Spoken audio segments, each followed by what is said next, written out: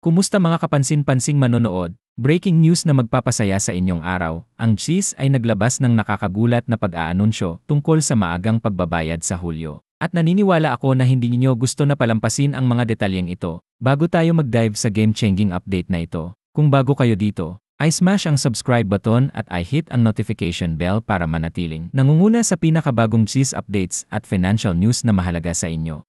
Naghihintay ba kayo ng sabik para sa inyong GCIS benefits? Ang paghihintay ay tapos na. Ang Government Service Insurance System ay naglabas ng kanilang komprehensibong payout schedule para sa Hulyo. At narito ang exciting part, inilalabas nila ito mas maaga kaysa sa nakasanayan. Ang hindi inaasahang hakbang na ito ay naging dahilan para maraming government employees at pensioners ay nagtanong, ano ang naging dahilan sa maagang release na ito, at paano ito makakaapekto sa kanilang financial planning.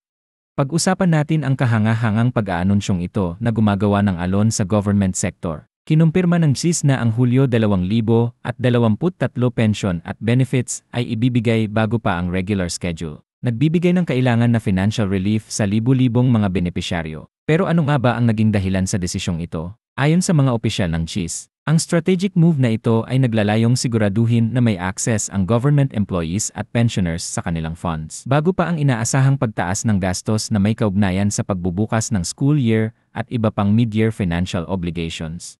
Ang tanong na nasa isip ng lahat ay, sino nga ba ang makakabenepisyo sa maagang payout na ito? Ang komprehensibong coverage ay kasama ang mga aktibong government employees, regular pensioners, survivorship pensioners, at disability pensioners. Pero narito ang ginagawa nitong mas special, nagpatupad ang GCIS ng systematic approach para siguraduhin ang smooth disbursement nang hindi ma-overwhelm ang kanilang payment systems.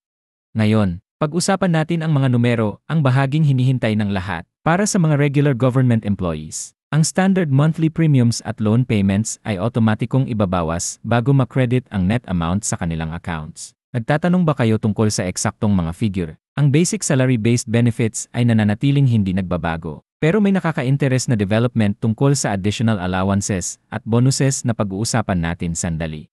Para sa mga pensioners, ang monthly pension amounts ay ilalabas ayon sa existing pension brackets. Gayunpaman, narito ang isang mahalagang kailangan niyong malaman, nagpakilala ang GCIS ng bagong computation method para sa survivorship benefits na maaaring potensyal na dagdagan ang amount para sa mga eligible beneficiaries. Naika-check niyo ba kung qualified kayo sa enhanced benefits na ito? Ang payment schedule ay maingat na pinlano para maiwasan ang system overload. Nagsisimula sa retirement pensioners na ang huling pangalan ay nagsisimula sa I hanggang I. Ang disbursement ay magsisimula sa Hulyo 1. Ang susunod na mga grupo ay makatanggap ng kanilang payments sa 3-day intervals. Nagsisiguro ng systematic at organized distribution process. Pero narito ang catch, kailangan niyong siguraduhin na ang inyong GCIS information ay up-to-date para maiwasan ang mga delay sa pagtanggap ng inyong benefits. Tungkol sa mga updates, pag-usapan natin ang isang common concern. Ano ang mangyayari kung hindi pa niyo na-update ang inyong GCIS e-card o bank account information? Huwag magpanik, nagpatupad ang GCIS ng grace period para sa updates. Pero kailangan niyong mabilis na kumilos para maiwasan ang interruption sa inyong benefit receipt. Na-verify niyo na ba ang inyong account details kamakailan? Narito ang isang bagay na maaaring magulat sa inyo, nag-anunsyo rin ang GCIS ng special provisions para sa emergency loan applications sa panahong ito. Para sa mga nakakaharap ng hindi inaasahang financial challenges, maaaring maging lifeline ang worth exploring na ito. Pero ano ang mga requirements? At paano ninyo ma-maximize ang inyong chances of approval? Ang loan application process ay na-streamline, na may pagpapakilala ng GCIS ng online portal para sa mas mabilis na processing. Naaalala ninyo ba noon na ang pag-apply ng loans ay tumatagal ng mga linggo? Ang mga araw na iyon ay tapos na. Ang bagong system ay nangungako ng processing times na kasing bilis ng 3 tandang bawas 5 business days. Basta natutugunan lahat ng requirements. Gayunpaman, may mahalagang tanong na dapat isaalang-alang. Dapat ba ninyong samantalahin ang loan opportunities na ito? O mas mabuti kaya na mag-explore ng iba pang financial options?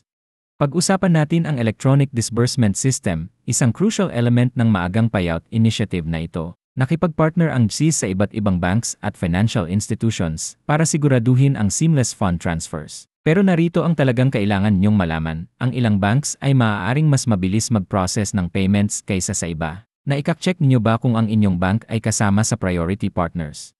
Para sa mga nagtanong tungkol sa eksaktong amounts, Nagbigay ang GCIS ng detalyadong breakdown base sa employment status at years of service. Ang mga aktibong government employees ay maaaring umasa sa kanilang regular salary plus anumang applicable allowances at bonuses. Ang mga pensioners ay makatanggap ng kanilang standard pension amounts. Pero may exciting addition, isang special mid-year adjustment na maaaring magdagdag sa inyong benefits. Qualified ba kayo sa adjustment na ito?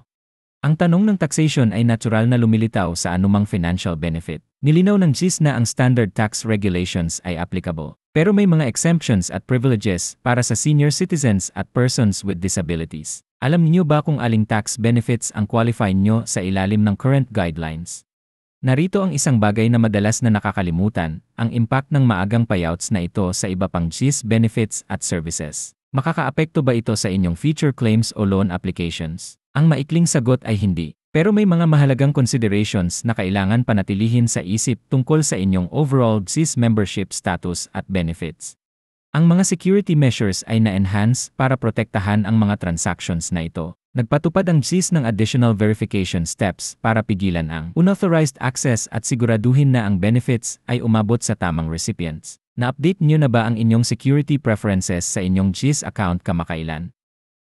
Para sa mga maaaring makakaranas ng mga issues sa panahon ng payout period, nag-establish ang GCIS ng dedicated help desks at hotlines. Ang support team ay gagana ng extended hours para tugunan ang anumang concerns o technical difficulties. Pero narito ang pro tip, ay save ninyo ang inyong oras sa pamamagitan ng pag-check muna sa GCIS website's lay section, dahil maraming common issues ay natutugunan na doon.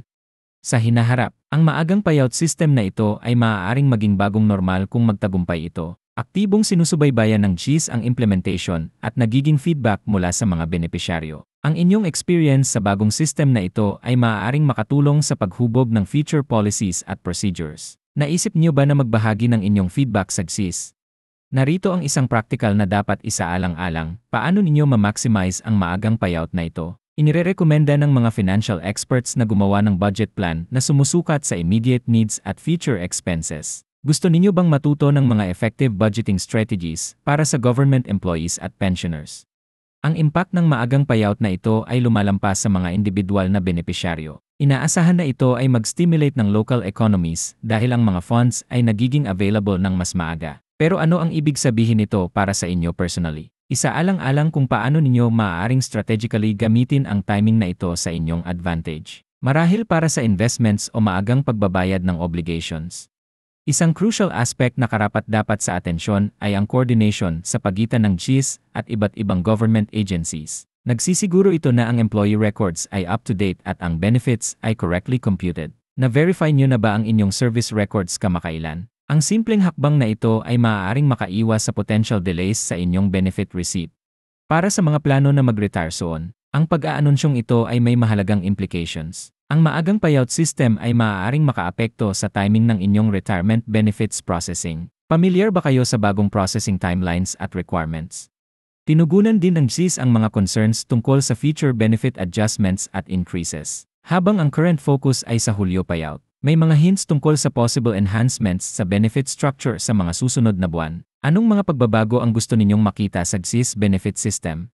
Ang digital transformation ng GCIS services ay patuloy na nag-evolve, na may mas maraming features na dinadagdag sa kanilang online platform. Na-explore niyo na ba ang lahat ng available digital services? Mula sa virtual consultations hanggang electronic document submissions. Ang mga tools na ito ay maaaring mag-save ng significant time at effort. Tandaan, ang pananatiling informed tungkol sa inyong GCIS benefits ay crucial para sa financial planning. Ang maagang Hulyo payout ay isa lang sa maraming initiatives na naglalayong pagbutihin ang service delivery sa mga members at pensioners. Ginagamit niyo ba ng husto ang inyong GCIS membership? Habang tinatapos natin ang comprehensive update na ito, i-recap natin ang mga key dates at actions na kinakailangan mula sa mga benepisyaryo. I-mark ang inyong calendars ayon sa inyong surname group. Siguraduhin na ang inyong information ay current, at bantayan ang inyong accounts para sa credit. Tandaan, ang preparation ay key sa smooth benefit receipt process.